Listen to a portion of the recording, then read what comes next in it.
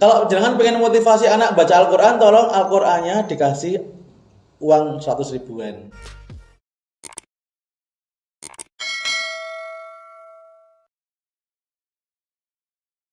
Assalamualaikum warahmatullahi wabarakatuh. Waalaikumsalam warahmatullahi wabarakatuh.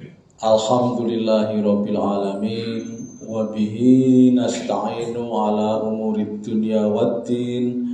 Allahumma sholli wa sallim ala Muhammadin wa ala alihi wa ashabihi ajma'in, amma ba'du. Jamaah salat subuh rahimakumullah. Yang pertama, mari kita bersyukur bahwa pagi hari ini kita diringankan langkah dan hati kita oleh Allah untuk bisa melaksanakan salah satu ibadah yang nilainya sangat mahal, yaitu sholat subuh dengan berjamaah. Dalam sebuah hadis Rasulullah pernah bersabda bahwa keutamaan sholat subuh berjamaah itu seperti sholat sunnah semalam suntuk. Jadi kalau kita pengen mendapatkan keutamaan yang mahal, salah satu yang harus kita lakukan, harus menjadi kebiasaan adalah sholat subuh berjamaah. Mudah-mudahan setelah Ramadan berlalu, jamaah sholat subuh ini masih banyak ya. Biasanya juga seperti ini kan. Kalau di luar bulan Ramadan yang jamaah subuh sama dengan ini ya, sama persis. Kalau di jamaah lain tuh kan sholat subuhnya bludak sampai di rumahnya masing-masing. Kalau di sini nggak usah bludak sampai rumahnya, bludak sampai sini aja. Itu menjadi sebuah kebiasaan. Dan perlu kita ketahui bahwa salah satu nanti kalau kita pengen tahu ibadah puasa kita itu berhasil atau tidak, kita perlu melihat pasca Ramadan. Seperti kalau misalnya kita haji atau umroh itu, haji makbul atau umroh makbul itu di tanah suci. Ketika kita bisa melaksanakan ibadah dengan syarat rukunnya, sunnahnya dengan baik, itu makbul. Tapi kalau mabrur atau enggak, itu justru di tanah air. Yang menentukan mabrur tidaknya haji atau umroh itu perilaku di tanah air pasca melaksanakan. Termasuk dalam ibadah Ramadan ini, kita kalau pengen tahu berhasil atau tidak, bagaimana perilaku kita setelah Ramadan. Nanti akan tampak di bulan Syawal awal, itu kelihatan sekali puasa kita diterima atau enggak. Seorang ulama yang bernama Ibnu Rajab pernah mengatakan bahwa ibadah itu diterima, salah satu tandanya adalah apakah ada perilaku baik yang mengikutinya. Kalau puasa kita berhasil, apakah setelah puasa kita berlaku baik? Sholat kita berhasil, apakah setelah sholat kita berlaku yang baik? Haji berhasil, apakah setelah haji ada perilaku yang baik yang mengikutinya? Ibadah kurban berhasil, apakah setelah ibadah kurban kita ada perilaku yang baik yang mengikutinya? Ini yang harus menjadi agenda kita semua besok setelah Syawal. Apakah kita masih punya kebiasaan baik seperti ketika bulan Ramadan? Yang pertama, Bapak Ibu sekalian, yang jangan sampai nanti hilang adalah kebiasaan bangun sebelum subuh. Kalau orang yang bertakwa itu bangunnya mesti sebelum subuh.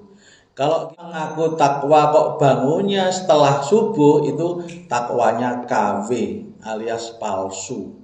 Padahal kita diperintah oleh Allah, ya ayyuhalladzina amanu taqullaha haqqa tuqatih. Kita itu diperintahkan oleh Allah menjadi orang yang bertakwa yang sesungguhnya, bukan hanya orang yang bertakwa di sosial media. Ya, saya berprasangka baik aja. Mudah-mudahan perilaku orang dalam kehidupan nyata itu seperti ketika mereka di sosial media ya. Di sosial media tampak soleh, mudah-mudahan dalam kehidupan nyata itu juga seperti itu.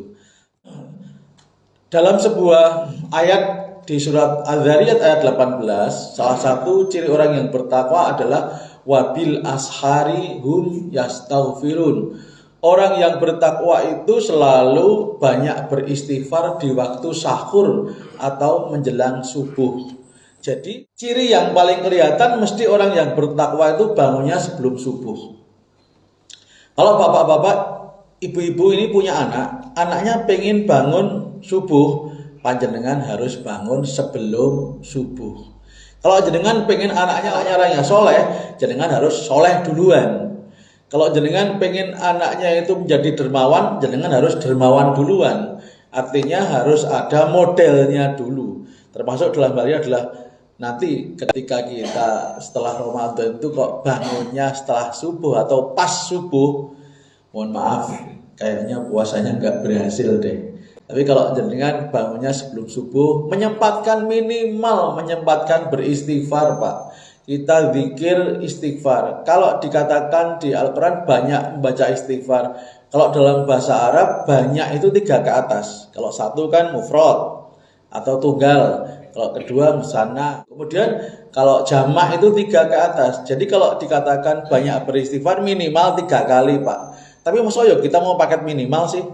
Jenengan aja kalau paket apa itu pengennya yang paket plus kok. Makanan yang plus, ketika kita berhaji plus, umroh plus, mari kita berusaha untuk yang plus.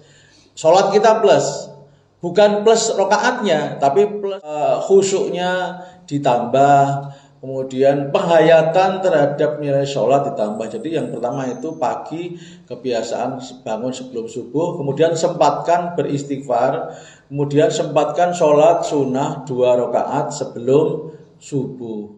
Sholat 2 rakaat sebelum subuh itu lebih hebat daripada dunia dan seisinya. Mohon maaf. Jadi misalnya Pak Miat ini mengumumkan besok tanggal 19 April 2023 siapa saja yang datang sholat subuh, datang pertama kali di Masjid Al-Mutakin dapat hadiah 1 juta. Kira-kira pada berangkat ke masjid jam berapa, Pak? Kalau Pak Miat menawarkan hadiah 1 juta untuk yang datang sholat subuh pertama kali di tanggal 19, kira-kira pada datang jam berapa ke masjid? Jam 2 ya? Saya sama istri saya sudah semangat, Pak, ayo Bu, sholat Mutakin duduk sari ada hadiah juta. Saya sama istri saya berangkat 2:30. Koyo arep nang Mekah lho nek haji. Nek haji kan kita sholat subuh kan berangkat jam 3, jam 2. Jam 2 nunggu bis. Saya berangkat sama istri saya jam 2:30. Ternyata penduduk di sini jamaah sini sudah nginep di sini, Pak. Kalah dhisik aku. Mencuri start.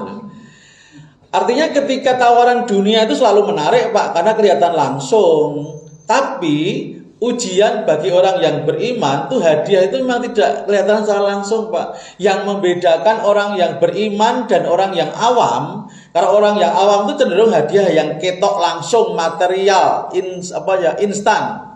Tapi kalau orang yang beriman itu percaya kepada janji Allah yang bahkan ghaib. Kan kita mengatakan alladzina yu'minuna bil ghaibi, percaya kepada yang ghaib termasuk rezeki kita ke depan. Kalau orang yang beriman percaya bahwa besok saya dapat rezeki asal saya mau berikhtiar, itu namanya kan rezeki masih ghaib.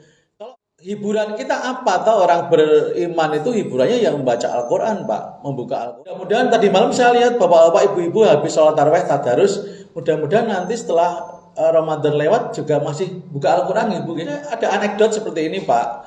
Seorang nenek-nenek itu menyimpan uangnya ratusan ribu itu di dalam Al-Quran. Kalau bapak-bapak nyimpan uang di mana? Di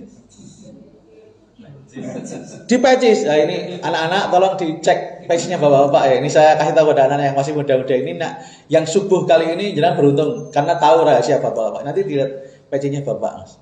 Ada 1 juta kayaknya, Mas. Bapaknya yang mana, Mas? Yang mana? Milih. Yang pakai masker. Dibuka, Mas. Yang mana? Oh, yang niku. Dilihat di pecinya, Mas. Ada uangnya berapa, Pak? Terus dijikok kayak. Jadi ada seorang nenek-nenek itu menyimpan uangnya di dalam mushaf Al-Qur'an. Suatu saat cucunya itu ngonangi tanpa sengaja gitu loh. Tahu gitu loh. Nenek kok menyimpan uangnya di dalam Al-Qur'an? Ini kan tempat yang aman, jarang orang buka gitu. Ini kan sindiran untuk kita. Berarti kalau bapak-bapak kita kalau besok pengen memotivasi anak-anaknya baca Al-Quran, tolong di Al-Qurannya dikasih uang Pak, 100.000, 200.000 gitu nih Pak. Gimana bapak-bapak setuju? Ini nggak setuju atau pada ngantuk ini? Kalau jangan pengen motivasi anak baca Al-Quran, tolong Al-Qurannya dikasih uang 100 ribuan. Mesti akan semangat ya Mas ya? Buka, tapi baca enggak? Oh betul, buka dong. Gue mesti buka duitnya terus tutup meneh. Oh ya, harapannya orang tua itu baca Mas lagi tang seayat ngono lho. Nah, ditulis nanti Pak, boleh ambil uang ini asal membaca minimal 1 ayat. Tolong kirimkan video call-nya ke Bapak gitu ya. Nanti gitu Mas. Ya. Bapak setuju? Setiap ayat 100.000 anak-anak dibayar. Kalau jenengan baca 1 ayat digaji oleh Allah banyak kok. Sekarang kalau jenengan anak-anak baca 1 ayat 100.000, setuju Mas? Ini kalau anak-anak mungkin kalau kita masih kecil kan pancingannya material ketok langsung. Tapi kalau orang yang beriman sifatnya masih yang tidak kelihatan, tapi Allah pasti itu. Jadi kan janji Allah. Orang yang membedakan orang yang iman dan tidak itu orang yang beriman percaya pada apa yang diberikan Allah walaupun belum kelihatan. Kalau orang yang orang awam kan sing penting ketok. Saya pernah tanya Bu di satu perumahan di Jogja itu isi pengajian ibu-ibu, saya tanya, ibu-ibu kalau dikasih uang sama bapak lebih seneng ditransfer atau cash? Kalau ibu-ibu lebih seneng apa? Transfer atau cash? Halo ibu-ibu? Lebih seneng cash? Oh iya, di Pak lebih seneng cash Pak. Ditransfer nggak suka. Jadi kalau ibu-ibu di pengajian itu saya tanya, ibu-ibu lebih seneng ditransfer atau di cash? Nggak penting Pak ditransfer atau cash, yang penting banyak. Jadi ditransfer ya monggo, cash ya monggo, sing penting oke. Oh itu ilmu al-gragasiyah. Bapak Ibu sekalian yang saya hormati, mari kebiasaan-kebiasaan yang sudah kita latihkan di bulan Ramadan kita lanjutkan kalau pengen puasa kita diterima oleh Allah dan puasa kita mempunyai makna bagi kehidupan kita. Banyak kurangnya mohon maaf. Assalamualaikum warahmatullahi wabarakatuh. Waalaikumsalam.